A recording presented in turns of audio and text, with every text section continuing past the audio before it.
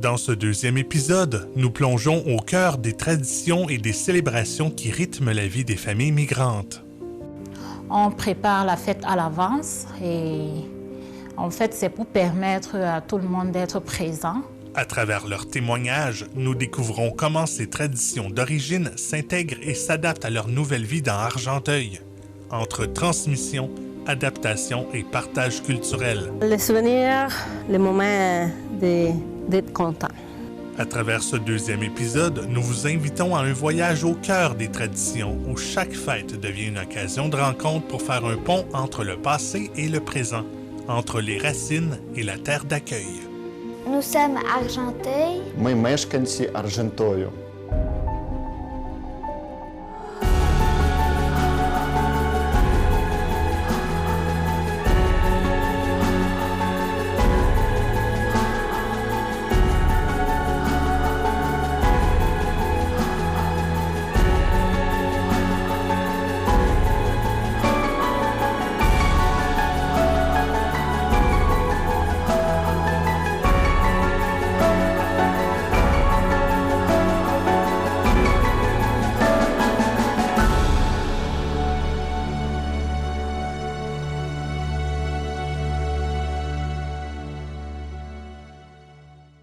Bien, on a un mandat de rétention. Notre objectif, c'est que les gens restent dans la région.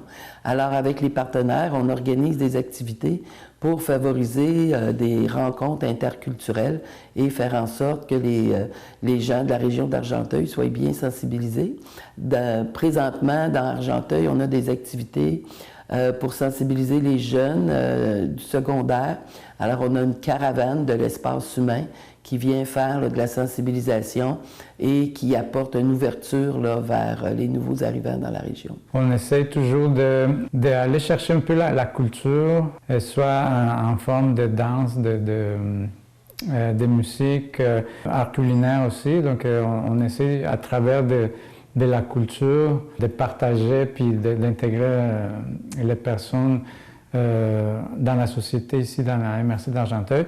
Donc pour nous, c'est vraiment important d'aller chercher la représentation, je peux dire, ethnoculturelle ici. Donc on va chercher des activités de toutes les nationalités qu'on connaît ici pour précisément faire que les personnes se sentent entourées, puis pour que ces personnes puissent aussi partager des aspects culturels avec la société d'accueil. Je pense, depuis presque 11 ans, d'avoir sorti de Venezuela, que la fête plus importante pour nous, c'est la fête de Noël. Honnêtement, c'est la seule fête que nous essayons de maintenir à nos origines, à la tradition de les repas, de la musique, de la danse, la façon vénézuélienne ou colombienne ou latino-américaine de partager et vivre la fête de Noël. La fête de mort, Dia de Muertos, parce que je trouve que c'est une chose unique au Mexique. On célèbre la mort à niveau spirituel, pour dire. J'aime ça, j'aime les traditions, le beau d'aller. Il y a des petites villes que tu prépares le manger de la personne que tu aimais, qui est décédée. Puis tu vas à la place du cimetière. Et puis des fois tu manges là-bas, puis tu parles, puis tu fais une petite réunion avec tes familles. Sinon, c'est juste une petite niche avec des fleurs, la photo, aussi les manger, tout ça. Puis je trouve que c'est belle, c'est beau, c'est drôle un peu. Mais j'aime ça, c'est significatif pour moi. Ouais. Je dirais les fêtes de Noël, les fêtes d'anniversaire, parce que ça permet de regrouper la famille et j'aime vraiment mettre un accent sur la famille, l'amour, l'entente, la fratrie, c'est vraiment important. Donc les fêtes de Noël nous permettent de nous regrouper, de nous rassembler. Les fêtes d'anniversaire également, ça nous permet de marquer ce jour et de remercier je dirais, le Seigneur pour ce jour parce que nombreux comme nous n'ont pas cette occasion-là. La fête la plus importante pour moi, c'est la fête de l'indépendance d'Haïti qui est le 1er janvier. Parce que je trouve que Haïti a marqué un grand point dans son histoire en étant un peuple, le premier peuple noir à devenir indépendant. Donc, pour moi, je trouve ça très important de fêter cette fête parce que ça marque aussi la fierté de mon origine. Dans notre famille, les fêtes les plus importantes sont Noël, le Nouvel An et Pâques. Pourquoi? Parce qu'à ce moment où on se retrouve, on prépare les repas traditionnels et profite de temps ensemble. Bien, dans le fond, quand on parle de tradition ou de fête qu'on veut mettre en valeur, c'est qu'on travaille souvent avec nos partenaires qui organisent des activités. Fait qu'on travaille bien ensemble. C'est une des forces de la MRC d'Argenteuil, là, cette collaboration-là. Donc, que ce soit avec CIR, le Centre pour l'immigration en région, qui organise des belles fêtes, tout ça, que ce soit avec d'autres partenaires, c'est qu'on s'allie toujours avec eux pour fêter ces traditions-là dans la région. Je vais prendre par exemple le lancement, le 8 mars, que nous avons fait ici à La Chute, dans la salle Chevalier-le-Colon. Nous avons invité toute la communauté, qu'elle soit québécoise, qu'elle soit béninoise, qu'elle soit latino, qu'elle soit camerounaise, qu'elle soit congolais. Toute la communauté était représentée dans la salle. Et puis nous avons fait 7 mets de 7 pays différents. Il y avait des artistes des différentes communautés. C'est comme ça que nous avons représenté la diversité culturelle lors du lancement officiel. Aussi, nous faisons, présentement, nous n'avons pas de bureau. On espère que ça va venir. Nous organisons des cuisines collectives où nous invitons, par exemple, les natifs d'un pays pour venir nous présenter c'est quoi le mets, comment ça se fait. C'est comme ça que on partage la diversité culturelle autour de nous. On favorise, c'est sûr, pour les élèves, l'apprentissage de notre culture. Donc, c'est beaucoup à travers les événements spéciaux de l'année, comme les pommes. On a commencé l'année en allant visiter un verger dans Mirabel. Également, on a visité le Centre d'art d'Argenteuil avec nos élèves. Donc, l'aspect culture, les peintres, les arts, tout ça. On essaie de ratisser large, autant dans la culture populaire que dans les arts, dans l'histoire, l'architecture aussi. On prend des marches dans le quartier. On s'intéresse aussi à tout ce qui est documentaire historique. Il y en a ici à la MRC, d'ailleurs, des bons documentaires historiques là, qu'on a visionnés avec nos élèves.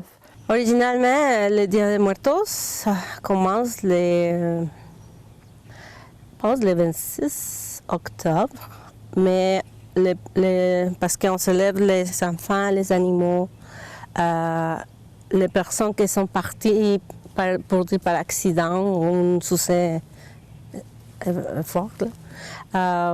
Mais le 12 novembre, c'est le jour plus important, 12 novembre. Puis c'est quand on finalise toute les niches, le montage des offrendas, puis les fleurs, puis les manger, puis la musique, puis si la personne fume, des cigarettes, le tequila ou la boisson de préférence. Puis on avait comment ça s'appelle, les squelettes, les cerveaux, les crânes. On les fait les petits noms de la personne. Pour dire, ma grand-mère s'appelle Conchita ou Ethel, ma grand-mère. Puis on fait les noms avec les crânes de sucre ou chocolat. Puis ça, quand c'est fini le Dia de Muertos, là, on les peut manger après. C'est ça. Mais c'est bon. J'aime ça. Dans notre pays d'origine, on prépare la fête à l'avance et en fait, c'est pour permettre à tout le monde d'être présent. Et c'est en fait cette chaleur-là communautaire qui nous permet d'être à l'aise, d'aimer, de partager, nos expériences, nos différentes expériences. Et Il y a également les gens qui viennent d'ailleurs, des autres villes, pour pouvoir partager cette journée avec nous. Et ça nous fait vraiment plaisir. Dans mon pays, on célèbre la fête de l'indépendance avec tout un rituel. Ça commence depuis la veille où toutes les familles se préparent vraiment à cette grande journée de fête où on commence déjà par faire le grand ménage de la maison. Tous les enfants sont impliqués et les amis. On nettoie aussi le quartier, puis on décore le quartier. Les maisons sont propres. Puis la veille du 1er, on commence par aller dans des cérémonies. Par exemple, il y a beaucoup de personnes qui font des cérémonies de prière avant le 1er janvier. Puis par la suite, ils boivent le thé gingembre pour chasser un peu les mauvais virus. Puis parce qu'on veut toujours commencer l'année en santé, en bonne santé. Puis 1er janvier, le matin très tôt, on prépare notre soupe joumou. Puis on prépare aussi le chocolat qu'on fait à partir du cacao pur. Puis là, on savoure la soupe joumou. Puis on boit aussi une bonne tasse de chocolat chaud. Puis on invite aussi la famille qui est proche, les parents, à venir manger avec nous. Et si ces personnes ne peuvent pas se déplacer, des fois, on délègue des membres de la famille pour aller apporter leur repas chez eux. En Ukraine, on célèbre ces fêtes avec chaleur familière. Par exemple, pour Noël, on prépare toujours 12 plats traditionnels comme la soupe borscht, comme les raviolis s'appellent vareniki avec pommes de terre et en cerise sur le gâteau. Cette fête, c'est kutia, c'est plat sucré en basé de blé et de miel. Le Noël est une fête joyeuse. Nous aussi se rassemblent tous les amis, toutes les familles et on change cadeaux toujours dans cette fête. En ce qui concerne Pâques, c'est fête très importante pour nous et dans notre pays. Nous décorer les œufs, appelés pisanka, qui ont une grande symbolique dans notre pays. Avec beaucoup de la musique, de la danse, et nous faisons une grande réunion, un grand rendez-vous le 24 décembre. Okay. Pas le 25, sinon le 24, depuis très tôt, où toute la famille se rencontre pour partager de la boisson, pour partager de la nourriture. Et à la fin de la nuit, presque à la minuit, nous faisons un grand souper autour d'une même table pour partager et donner grâce à la vie, à Dieu, pour toutes les choses reçues pendant l'année. Oui, c'est certain que toutes les réalisations qu'on fait, c'est toujours un pas de plus. Puis, peut-être une belle surprise, c'est qu'on a fait un projet avec la Polyvalente La Vigne, la caravane de l'espace humain, en lien avec le coffret, l'organisme Le Coffret. Et ces jeunes-là, les étudiants de la Polyvalente, ont pu rencontrer des gens de diverses cultures, ethnoculturelles.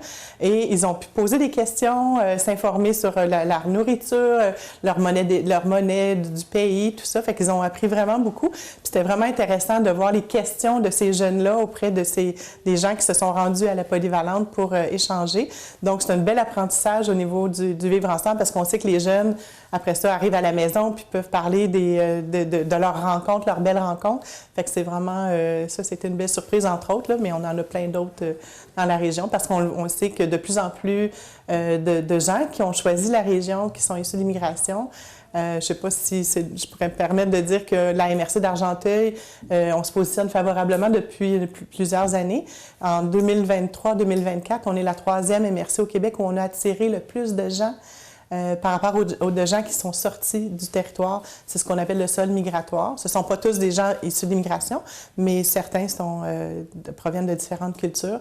Donc, comme quand je disais tantôt que la région est très attractive, on le voit dans les statistiques aussi, là, que les gens qui choisissent la région pour y demeurer, puis participer à la collectivité aussi. C'est vraiment une richesse d'avoir tout ce beau monde-là avec nous, là.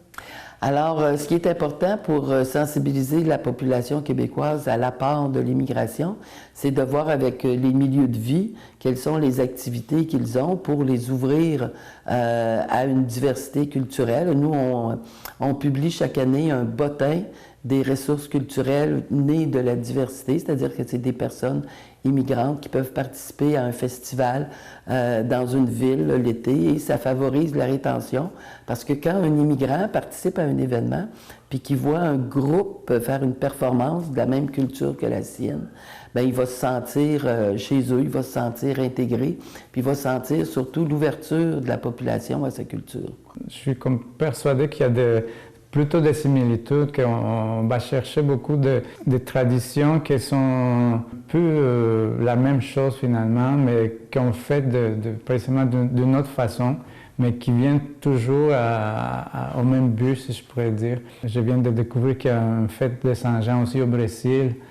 Donc, c'est des choses étonnantes que même si on ne se parle pas nécessairement tous les jours, c'est comme voir que c'est la même tradition, mais qu'une tradition qui se fait au Brésil, au sud, puis une autre ici au Québec. Moi, c'est quelque chose d'étonnant. Et puis, c'est ça que j'aime ça, découvrir comment est-ce qu'on peut fêter la même chose, mais d'une façon différente, et puis dans plusieurs coins du monde entier. Beaucoup plus pour les enfants Halloween, parce qu'en Afrique, on ne fête pas l'Halloween. Je l'ai découvert ici. Je permets à mes enfants de participer, de connaître, de s'intégrer. Des fêtes québécoises, je permets à mes enfants de participer pour pouvoir s'intégrer et également de pouvoir connaître ce que c'est, partager cela avec leurs amis. Depuis arriver ici, la fête de la Belle Étoile, la fête du Québec, j'aime beaucoup les marches au flambeau. Sur la neige, ouais. Et les glissaires, les différents endroits pour profiter de la neige. Chaque fête ou chaque célébration, pratiquement que fait les MRC ou la ville, nous essayons d'arriver là-bas pour profiter et connaître un peu plus de la coutume et de la tradition québécoise. Pour moi, par exemple, Pâques, c'est vraiment différent. Au Mexique, c'est plus l'aspect religieux. Un peu le Saint-Patrick. La cabane à sucre, oui. J'ai trouvé drôle qu'on ajoute la maple syrup, le sirop à œufs, bacon, les fèves sucrées, tout ce sucré, je dis, oh boy. Et puis ça ne dérange pas l'heure, soir, jour, matin. Lunch, c'est pas grave. C'est bon, mais la tire, oui. Ça c'est intéressant. L'action de grâce, on ne fait pas ça au Mexique.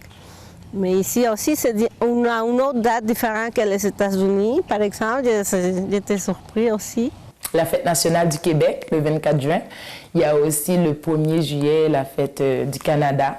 Tout comme je l'ai dit, je trouve que la fête des nations, c'est des fêtes historiques qui méritent d'être appréciées parce que nos ancêtres ont pu faire un travail pour nous laisser un pays. Donc, on est libre de faire ce qu'on veut. Donc, on doit prendre ça en considération, les fêtes nationales. Bien, je pense que oui, on était proactifs par rapport à l'arrivée de gens pour répondre aux besoins aussi.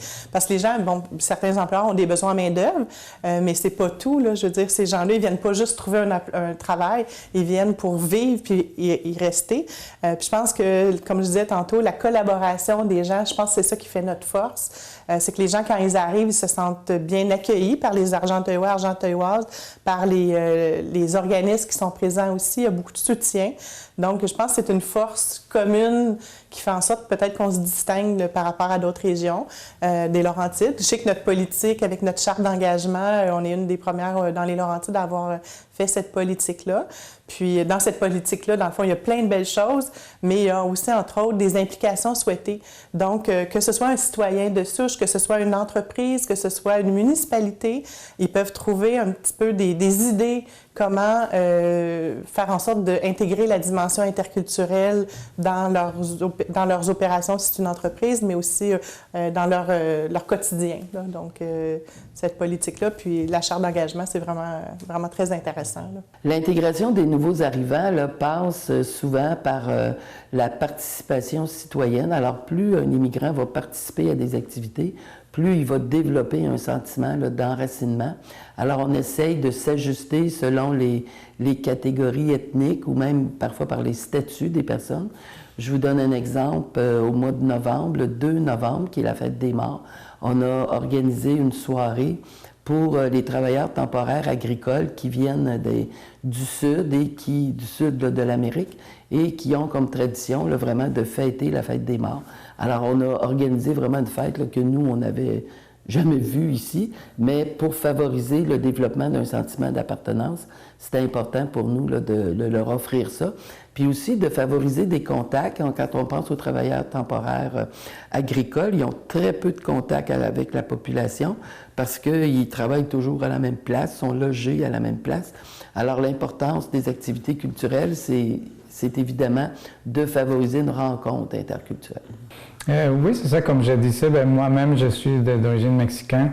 Donc, c'est sûr que parmi nos activités, il y en a beaucoup, il y a beaucoup d'activités qui vont toucher un peu la culture mexicaine. Donc, un exemple que je pourrais donner, c'est la fête des morts qu'on organise depuis quelques années ici dans la région. Mais sinon aussi, on a un festival multiculturel à Grenville-sur-la-Rouge dans lequel on essaie d'avoir une programmation plus diversifiée. On a aussi beaucoup, mais ça c'est quelque chose qui est très bien accepté aussi dans la communauté d'accueil en général, les percussions, donc des ateliers de percussion africains. C'est quelque chose qui est très populaire dans nos activités. C'est sûr que dans les échanges culturels, ce qui est toujours surprenant, c'est quand il y a des couples qui se forment. Là, on fait des activités et là, on a beaucoup de bénévoles qui participent aux activités. Puis la population aussi est toujours invitée. Alors, quand il y a des couples qui se forment et puis que là, on voit le développement d'une population qui se mixe très bien, alors c'est vraiment un enrichissement. Là. Nous pensons que nous arrivons déjà presque à 11 ans d'avoir sorti de Venezuela. Nous adaptons surtout à toutes les célébrations, à toutes les coutumes de chaque pays que nous avons habité. Pour ces raisons, la célébration la plus importante que nous avons adaptée, la célébration de la fête de Noël et la fête d'anniversaire. La fête d'anniversaire, c'est beaucoup de bruit, beaucoup de gens, beaucoup de repas également. Je pense que tout autour de la nourriture, de la musique et de la danse. Depuis mon arrivée au Québec, j'ai dû adapter certaines traditions parce que à cause du travail, c'est pas tous les amis qui ont le même horaire. Donc, quand on fête la fête de l'indépendance le 1er janvier, on invite les amis le plus tôt possible pour qu'ils puissent s'arranger dans leur horaire de travail. Puis ceux qui sont disponibles peuvent venir, ceux qui ne peuvent pas, on se rattrape aussi dans d'autres fêtes au cours de l'année. Le bonheur, le bon humeur, la bonne disposition pour profiter, pour apprendre, pour partager. Aussi peut-être l'adaptation à chaque endroit, apprendre et d'accepter les différentes fêtes, les différentes cultures où nous arrivons. Des belles surprises, oui. En fait, nous avons des élèves qui sont venus à la chorale organisée par le CJE, mais ça a le lieu au parallèle. Et on a des élèves en francisation qui ont osé, parce que je pense qu'il faut oser, qui ont eu l'audace de faire partie de la chorale, de venir à des pratiques de chorale à l'heure du midi, ce qui leur demande beaucoup parce qu'ils apprennent le français. Leur heure de dîner, bien, souvent, elle est consacrée à relaxer leur cerveau un peu, puis à parler dans leur langue si elles peuvent, s'ils peuvent. Mais à se détendre. Mais là, faire un effort supplémentaire pour venir chanter une chanson québécoise, là, ça a été une belle surprise pour moi. Il y a aussi, en ce moment, il y a une élève qui donne des cours, une de nos élèves de notre classe de francisation, qui a proposé de donner des cours d'espagnol à l'heure du midi pour le plaisir. Pour le plaisir à des élèves qui voudraient y assister ou même à nous autres, à nous les professeurs. Et elle a eu un beau petit groupe là, la semaine passée. C'est tout nouveau, on vient de commencer ça. Donc, c'est le genre de choses des belles surprises. Parmi les défis, je dirais, un des défis, c'est certain que c'est de faire connaître nos élèves. Parce que c'est pas tout le monde qui connaît les raisons de l'immigration, les motivations des immigrants à venir chez nous, leur parcours migratoire, un peu leur parcours au niveau humain aussi. Je pense que comme société, on gagne à mieux connaître nos immigrants, ce qui les amène ici, ce qui les intéresse chez nous, tout ça. Donc ça, c'est un beau défi de travailler pour que ce soit vraiment interculturel, mais vraiment dans les deux directions, pas à sens unique. Ouais.